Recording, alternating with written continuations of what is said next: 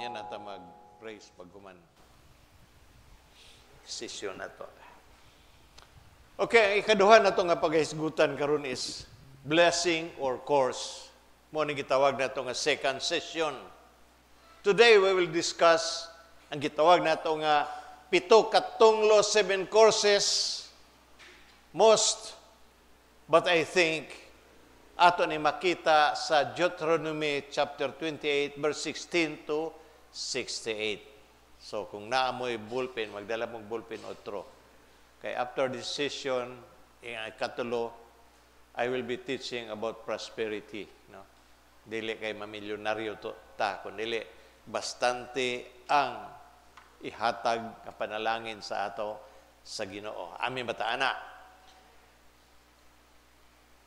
7. Mental and emotional breakdown. Maning number 1. Number 2, repeated or chronic sicknesses, especially what we call hereditary. No? Kaya akong nanay high blood man, akong lolo high blood sad ko. No?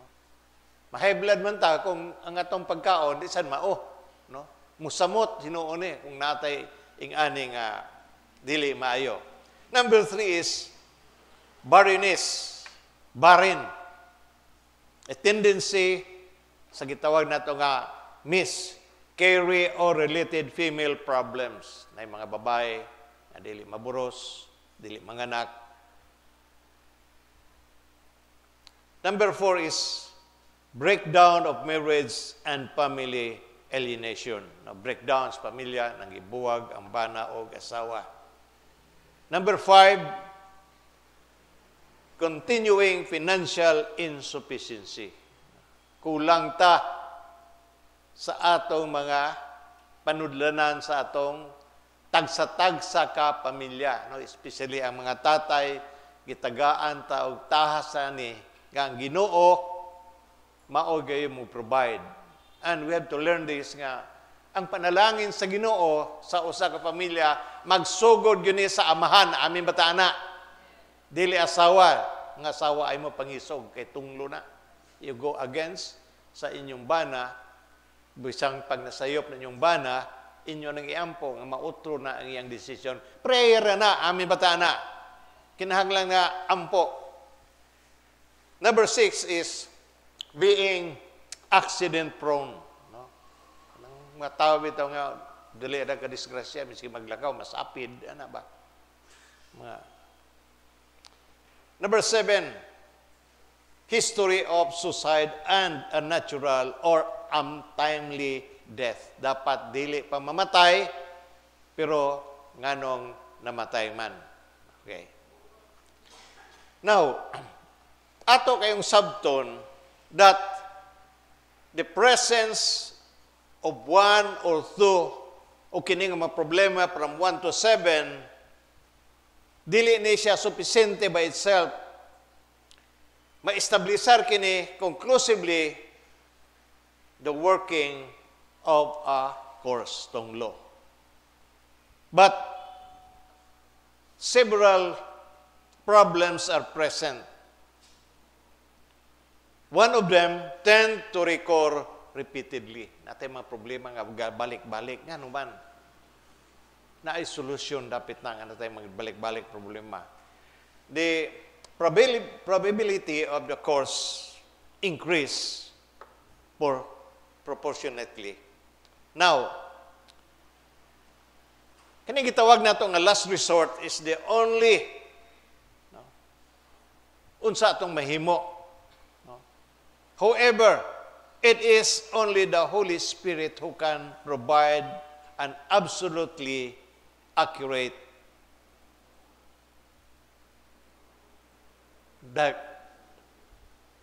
diagnose. Ang balang espiritu lang ni ang accurate nga mag-diagnose sa atong tagsa-tagsa ka mga sakit. Now, number 1, maadto ta sa mental and emotional breakdown. Areas affected described as the heart, kasing-kasing, soul, and mind.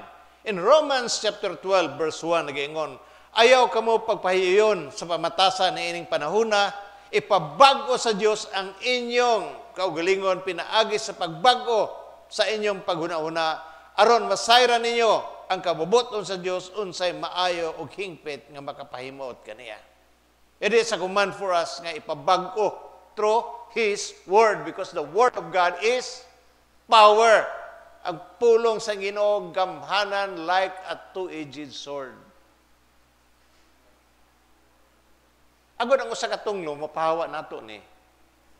Number 1, 2 Corinthians 5:17, if you are in Christ, you are a new creation. All things pass away. Behold, all things becomes new. Romans chapter 3, verse 29. No? If you are in Christ, you are Abraham's seed and heirs according to the promise. Unsay gihatag sa Ginoo kang Abraham kung naatag ng Kristo, maato na. Amin bata na. Nganong dili na maato kay naon ta ang Yahweh gagihatag sa Ginoo sa ato, pero gilabay man pangitaon pa nato ay maabre. The corresponding phrases nga makita nato sa Deuteronomy nga nagiingon nato, madness, nasuko pag-ayo, unforgiveness. Sige lang ka masuko, wala kay pagpasaylo sa imong kaugalingon na ay tendency nga mahiagom ka na gitawag nato nga nervous or emotional breakdown. Na may uban nga way pasaylohan tod karon sa nahimo nila silang kinabuhi. Breakdown, no? Kanang nervous breakdown, gamay na lang kaayo na. Isa na lang ka kuhit, mabuang ka na. Tinuod na. Ganaman, wala makay pagpasaylo. Nakoy nahibaw-an na nga walay pagpasaylo hantod karon, nervous breakdown. Kung say gusto niya, okay ra ang ginikanan, pero wala gyud sila kahibaw kung unsa ang root ani.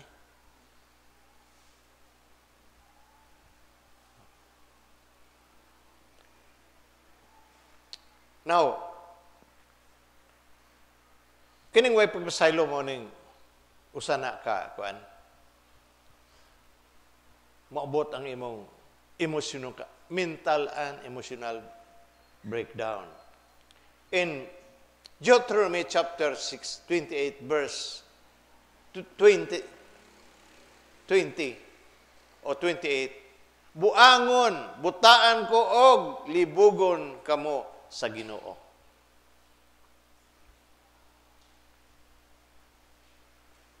Verse 20, pahamtangan kamo sa Ginoo og mga tunglo, kaguliyang o kapakyasan sa tanan ninyong paningkamot, hangtod mga matay kamo og sakalit mahanaw tungod sa daotan ninyong mga buhat og pagsalikway ninyo kaniya.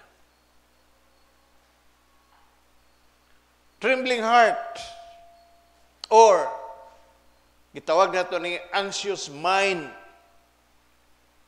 Deuteronomy chapter 28 verse 65. Dili kamo magmalinaon didto, maglatagaw kamo kanunay, lamang mabalaka og kawad-an og paglaom.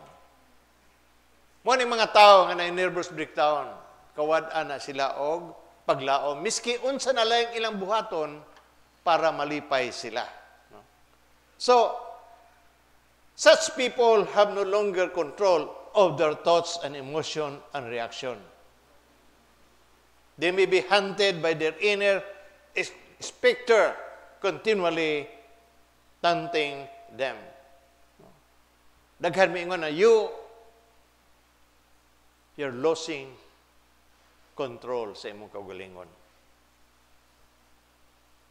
Napagitaw nga maingon nga there is no hope in you or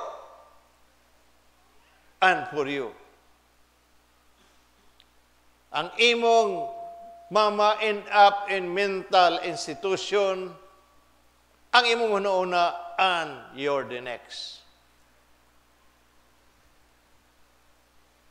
Two words are confusion and depression. This almost invariable have the roots in some form of occult practices. Mga kulto nga practices, morning makiagom na to sa gitawag na to nga nervous breakdown kay panghinadlokon man ka sa leader. Kay kung di ka motuon ako, may impernegod ka. Wala kay paglaom ni ini kalibutan. No? Nabito si Deacon Junel, ani, membro mo ni Saguan.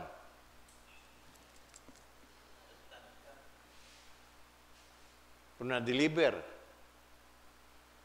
tanaw na iyam, na may mga guhit-guhit, anak. Kinahanglan nga, may deliver ta ani mga butanga. Kanang way pasaylo nga, makakita kag tao, maulit ka lang dayon, delikado na. Delikado na, that will create sa ato, sa gitawag na to, mental and emotional breakdown. No? Almost invariable have the roots in some form of occult involvement. Kana mo ato tag bisag asa tayo magpaayo albularyo, delikado ba na? Occult practices man na. Imbis mo anhet sa simbahan, adis ako dito lang ako sa Kimaya, kaya ito may kuha dito, dali ako maayo dito. Nagdugang-dugang lang ka actually sa imong problema. Kasi may gamanan ang albularyo, gatong Ginoo. Mo na pangutana. Bato ko dito sa Surigao kay magpaibot kong ngipon. Di ka dentista, ngipon yun mo. Dito yun ka sa misyonaryo. No? Pero mo nagitawag nga mga practices, occult practices. Amen, batana. Number 2 is related or chronic sicknesses, especially if hereditary. What we call in medical term, genes. Kanaila, nagin na genes nga pagkabuang. Diba? Nagin na genes nga mga bawog ilok. Kaya papa bawog ilok, kaya mama bawog ilok. Sila sa bawog ilok sa natanan. Hereditary. Remember the word of God in Galatians 3:13. We are redeemed from the curse of the law. Giluwas kita sa Ginoo gikan sa tunglo sa mga balaod, sa mga sakit, tanan nga mga sakit ag sicknesses and diseases. All we have to do is just believe God. Tuo ta. Wala magyahatag sa ato para sa ato sa Ginoo. Yes, dagha kay mo tuo ka ng gitawag nga hereditary. Kami nga pamilya di may manuo na sukad pas niadto gagbay pa mi. Pero na may ako mga igsoon nga maglisod og lakaw. Ngano man, kusog man mo inom. Bawalan og beer, inom gyapon di. Manubo gyud mga kasukasuhan nimo diha. Ug uban pa. Nga magamputang that God will deliver us, we will claim, Lord, thank you for delivering us in this course kini nga tunglo Ginoo nga mawala ni sa akong kinabuhi sa ngalan ni Jesus. Mo ni gitawag na ito nga chronic sicknesses, especially if hereditary. Kung dili ka Kristohan, mo to makaani. Ako sukad ni Adil, magutuon ng hereditary yun. Kaya mamay nasilsi sa una-una. Kaya kung nanay, wak-wak ang nanay mo, wak-wak ang tatay mo. Ikaw kay anak man, wak-wak ka mong tanan. Hereditary. Mga matay pa ng mga abularyo na mga gahom-gahom. Gusto pa gano'n nilang ibilin sa ilang mga anak. Lisod ka na sila mamatay. Kaya kinahanglan na ay mudawat, anak. Ang nadawat, tanaw na sila unsa ng klase. Mga palong na sila, tanaw nimo mga palong.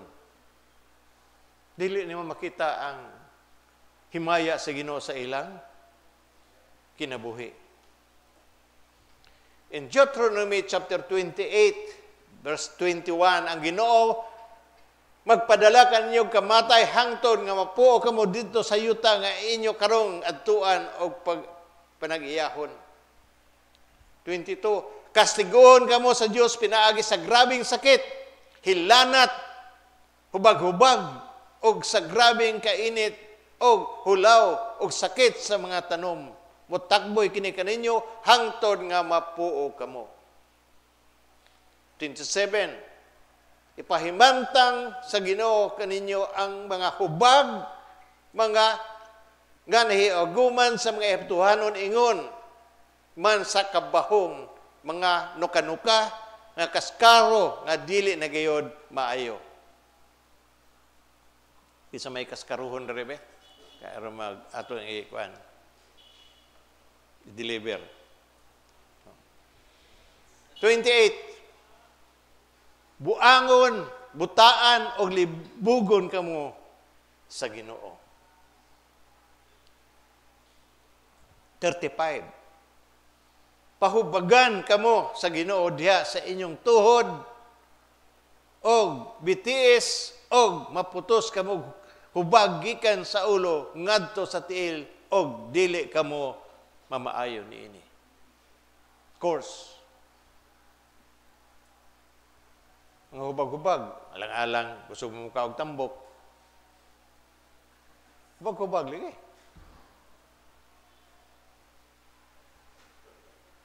Verse 59. Pahamtangan kamo niya ingon man ang inyong mga kaliwat sa grabe og talagsaon nga alantuson inubanan sa grabing sakit nga mulungtad og dugay. 61.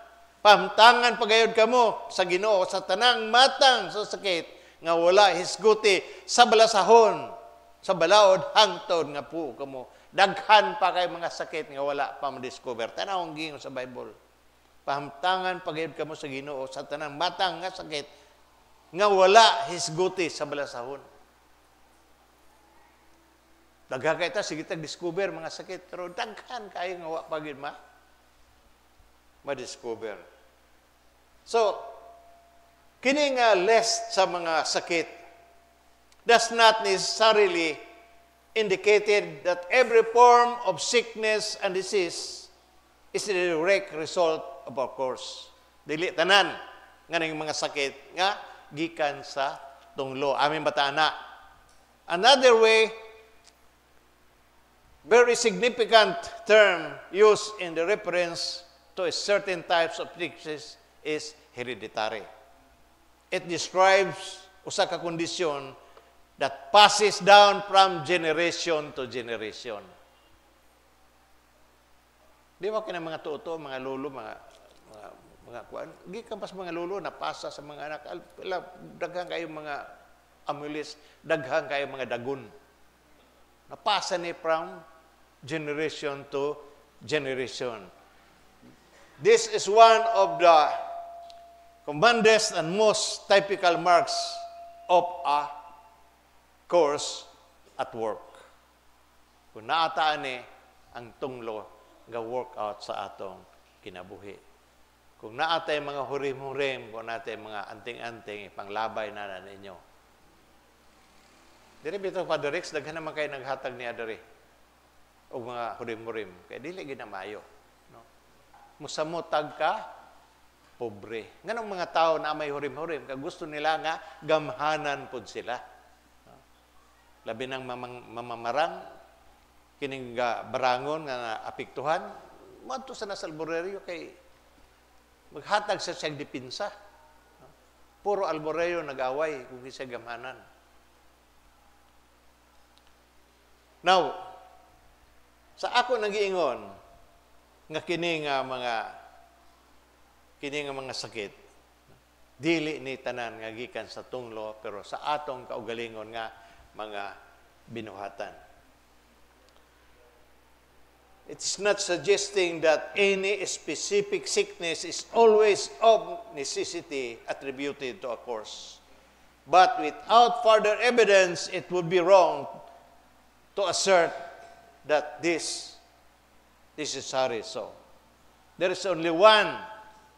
There's only one expert whose diagnosis is final. That is the Holy Spirit. We always conscious of our dependence of Him. Number 3, barrenness is a tendency to miscarry or related female problem. Verse 18 in Deuteronomy 28. Tunglohon ang inyong mga anak ang abot sa yuta o ang inyong kahayupan.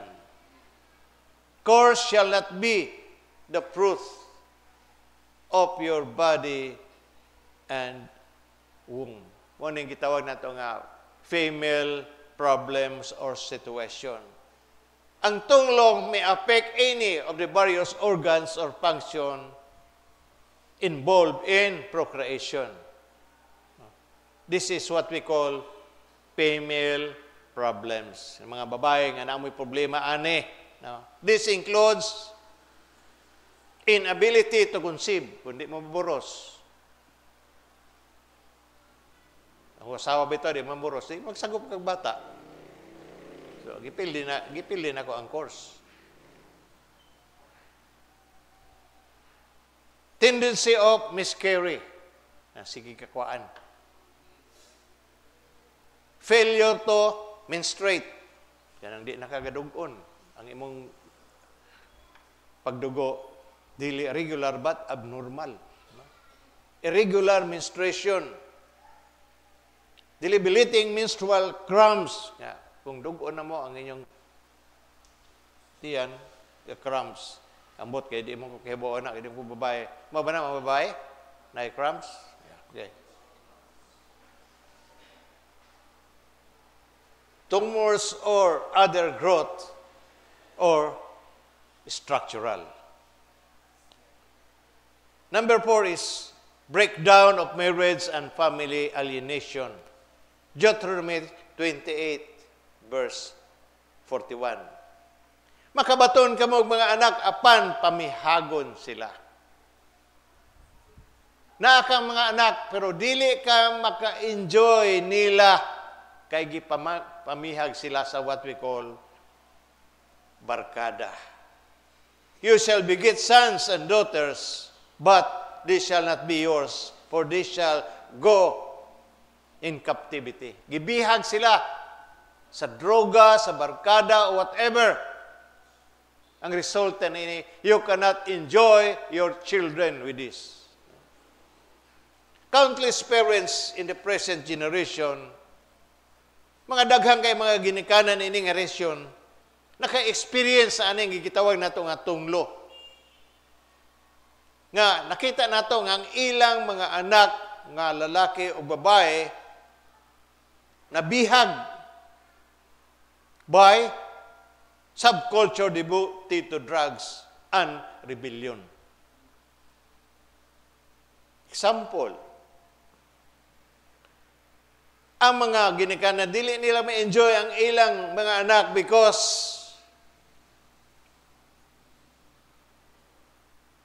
they are sending their sons and daughters to abroad. Magdiit sa Saudi, matog Japan, kay mag-Japayuke.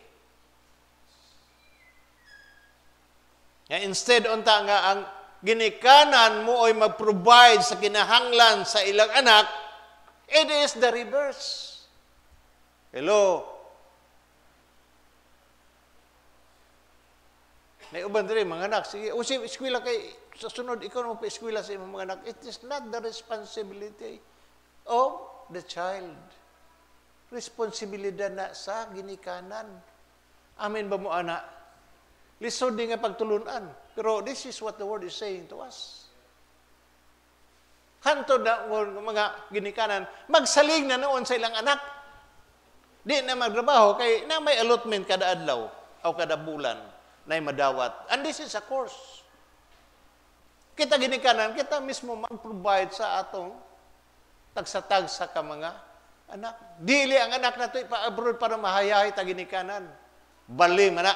Di magyun na maubisag unsaon. Instead, parents providing the needs of their children, it is the reverse. In Malachi chapter 4, verse 5 and 6. Apan dili pa moabot ang dako o maglilisa nga adlaw sa Ginoo, ipadala ko kaninyo ang ipadala ka ninyo si Propeta Isaias. Ihusahon niya ang mga ginikanan, iusa niya ang mga ginikanan o ang mga anak aron dili ko laglagon ang inyong nasod. God wants to unite the family. Malakay, chapter 5, verse 6. Malakay has put his finger on the most urgent social problems. Kinahanglan makita nato what we call controlling of a course, which is responsible for the agonies of strife, nga daghang kay mga balay nga nagaguba, broken marriages, and disintegrate families. So may solusyon ani. Those who will accept God's counsel. Amin ba ta ana? Hello. Kisa may counsel sa Ginoo, manaog pa na Ginoo na rin, no? It's the bishop, the priest, and the deacons. Mag-counsel. The situation is not hopeless. Amin ba ta ana? Sabi ito sa mag-asawa, kita na ito sa ka-artista nga ito, Siargao, Al-Sabalutan, uli sa Manila. Solusyon ba ito niya nga pag-uli sa Manila? I don't think so. No? Dili. Daghang mga amuyong God. No? There is a remedy ni ini.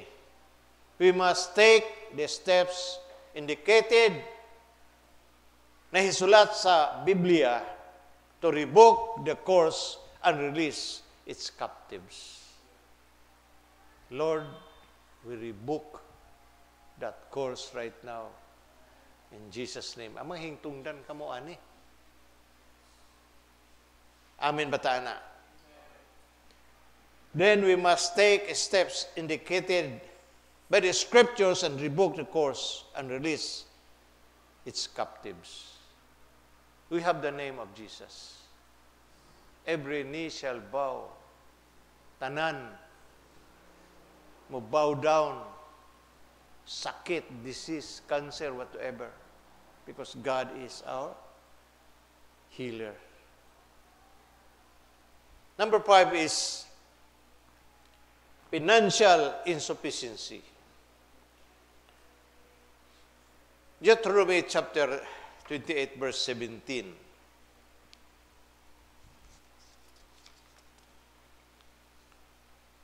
Tunglohon ang inyong mga abot o mga pagkaon. 29. Magsukarap kamo sa ugtong tutok sama sa butang nga dili kamo mulampos bisan unsa inyong buhaton.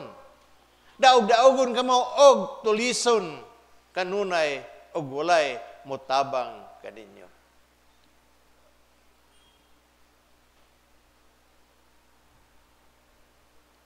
Financial insufficiency.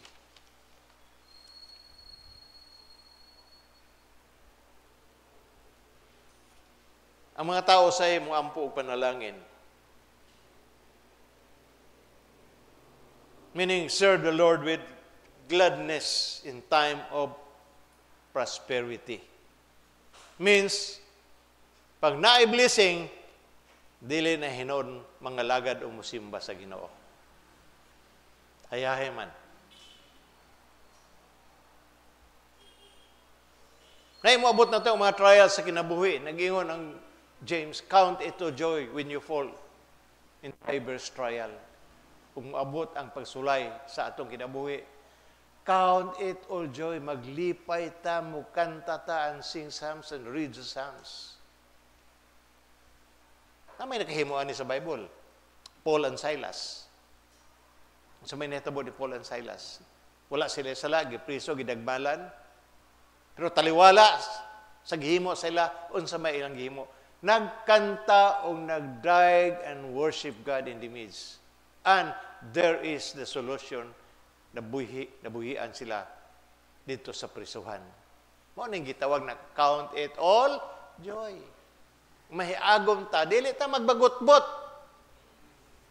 Lord, I thank you that you will deliver us. Luwason mo kami, Ginoo, ni ining among mga kasakit o trials, pagsulay nga niabot kanamo. Salamat, Ginoo. Mora man na, very simple. Ang tunglo, marilista na narana sa tumbaba, amin bataana. Wala na sa uban. In verse 48, busa itugyan kamo sa Ginoo ngadto sa inyong makaway og mag-alagad kamo kanila. Didto ta ibutang sa atong kontra. Ug labaw pa nini, financial insufficiency is giving our tithes and offering. Nag-iingon Ginoo, I will protect you. I will not allow, dili nako i-allow si Satanas pag sinamok sa imong pamilya. Amin ba ta, anak? Hindi magita kasabot, anak. That is our protection. Muning sakit sa Pilipino, pero ang Amerikano, may kaya sila matag. Sila Pilipino, wala, 10 centavos. Bago maghatag sa opering, kuot bulsa, mangita pag giring-giring dito. Mo ihatag. Kung moro ito imong kwarta, moro ito nga malipay ka sa paghatag sa Ginoo from your heart, then that's good. Pero kung mamili pagaling ta, verse 48, akong basahon. Gutumon kamo og hawon, may himong hubo og wala gayo may himo. Sangunan sa Ginoo og yugong puthaw ang inyong liog hangtod nga mapuo kamo.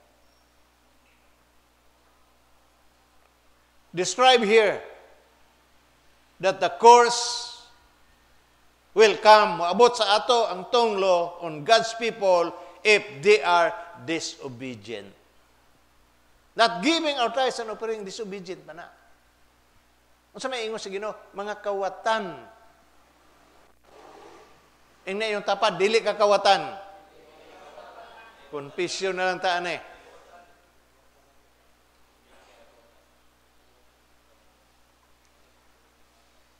In verse 48 sa English, you will serve your enemies, whom the Lord will send against you in hunger, in thirst, in nakedness, and in need of all things. You will serve your enemies, mahimo kang ulipon. Kanabitang mangutang taon saman. Naulipon man ta sa atong giutangan. Tinuod na, dili. Nautangan, naulipon mo sa 5-6. Sa hagdanan. So,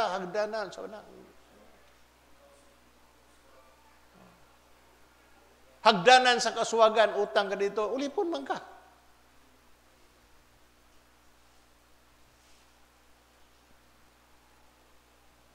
Daghang kayo ang ulipon.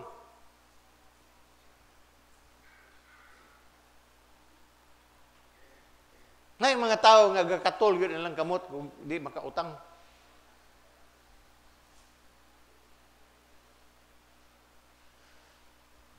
You will serve your enemies, whom the Lord will send against you, in hunger, in thirst, in nakedness, and in need of all things. Hunger, thirst, nakedness, and need of all things.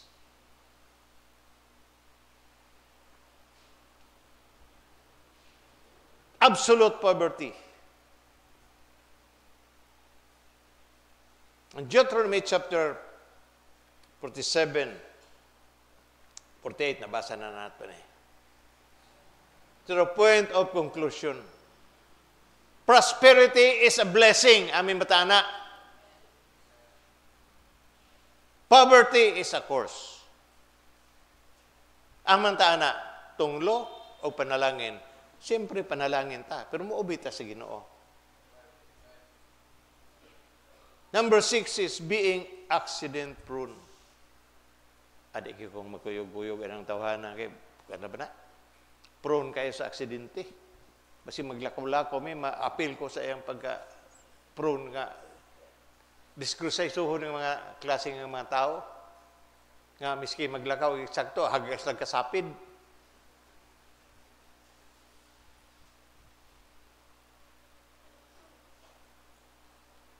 Kailangan ma-release ta daan eh. Sapid mga na baka nga patiil. Number 7, last. History of suicides and unnatural or untimely death. Grabe ang suicide karon sa mga bata. Buwagan lang trato, na. Hikog dayon.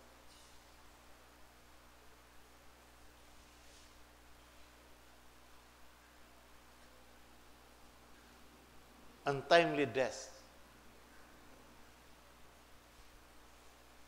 Mao ning mga sitwasyon sa atong tagsatag sa kinabuhi.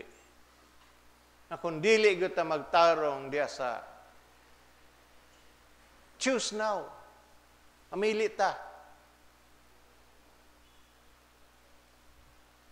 How to deliver from the curse to blessing. Saan to pag-deliver? Nagikan sa tunglo, padulong sa panalangin. Through confession. Amin ba ta, anak? Naaral na sa tumbaba. Lord, deliver me from this curse.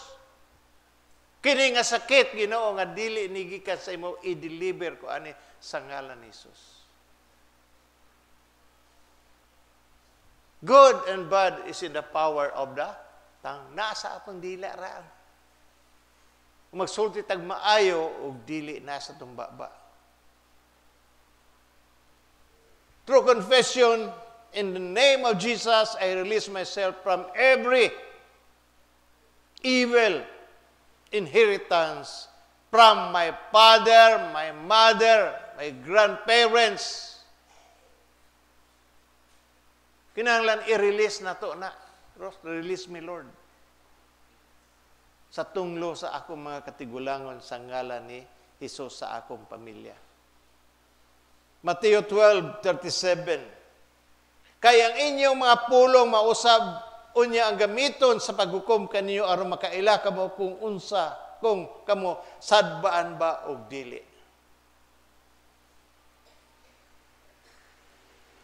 23:10. Hebrew 10:21-23. Doon nakita usa ka gamhanang pare nga nagdumala sa balay sa Dios. 23, magpabilin kita nga lig-on sa paglaom nga atong gihuptan kay makasalig man kita sa Dios nga tumanon gayud nato niya ang iyang gisaad. Importante kayo ang words confession sa atong kinabuhi, and we have to confess the word of God. Na iiway ta, i-deliver ta ni ini na tunglo sa mga sakit. Ino na to, in the name of Jesus, Lord, i-deliver ko ani. I-deliver ko ni ani, Lord, akong pagkainot. I-deliver ko ani, Lord, akong pagkakawatan nga di ko mahatag sa akong tithes and offering. Masakit na nga word, pero tayo mo alang-alang gitikon ta mo permi dire. Truth. Para man sa inyo, dili para sa ako.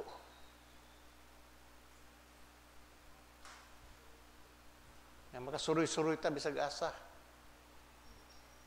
Nga supisyente kayo ang papanalangin sa Ginoo nato. Ganiya, mo to Miss Cebu this coming April, sa padre? April 9. Sa summit, naglukat kong ticket worth 13,000 kuot ko.